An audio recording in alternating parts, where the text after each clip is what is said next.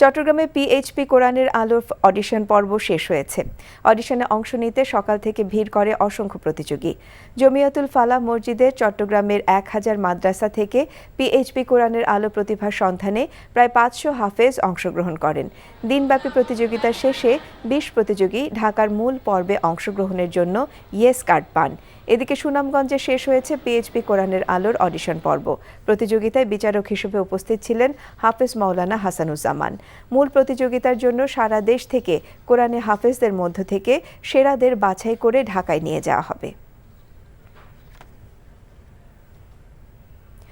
বগুড়ায় IFIC largest banking network business conference অনুষ্ঠিত হয়েছে। শুক্রবার জেলা সদরে আয়োজিত অনুষ্ঠানে অংশ নেন ব্যাংকটির রাজশাহী ও রংপুর জোনের 22টি শাখা এবং 166টি উপশাখার কর্মীরা। বিজনেস কনফারেন্সে স্বাগত বক্তব্য রাখেন ব্যাংকের ব্যবস্থাপনা পরিচালক সৈয়দ মনসুর মোস্তফা। শক্তিশালী ডিপোজিট গ্রোথ এবং মানব সম্পদের ব্যবস্থাপনার উপর গুরুত্ব আরোপ করেন তিনি। অনুষ্ঠানে প্রধান অতিথি হিসেবে উপস্থিত ছিলেন ব্যাংকের চেয়ারম্যান মোহাম্মদ মেহমুদ হোসেন। একদম বাজে কথা বলবেন। আপনি কি বলতে চাচ্ছেন? এই চাঁদনি আপনার গায়ে এসে পড়েছে? আজে বাজে লোক কোথাকার।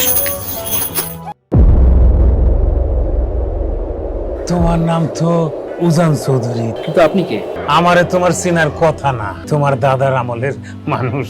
আমার নাম সাজবাতি। চাঁদনি, আবার কবে দেখা হবে? আমি ওসমান। তুমি তো দেরি করে এলে কেন?